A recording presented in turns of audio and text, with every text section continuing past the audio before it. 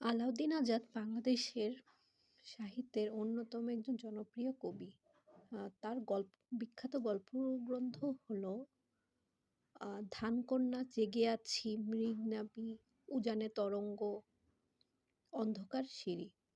তার বিখ্যাত উপন্যাস 'তেইশ নং' চলচ্চিত্র, যা হচ্ছে 'বসুন্ধরা' নামে চলচ্চিত্র করেন সুভাষ দত্ত। এই এখানে আমরা ফ্রয়েডীয় যৌনতত্ত্ব, দর্শন, মনস্তাত্ত্বিক বিশ্লেষণ দেখতে পাই।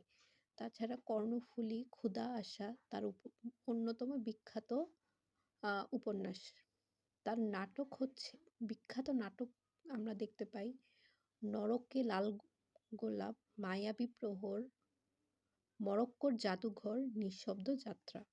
তাছাড়া মুক্তিযুদ্ধ ভিত্তিক তার কিছু গ্রন্থ এবং প্রবন্ধ আ জনপ্রিয় হয়েছে।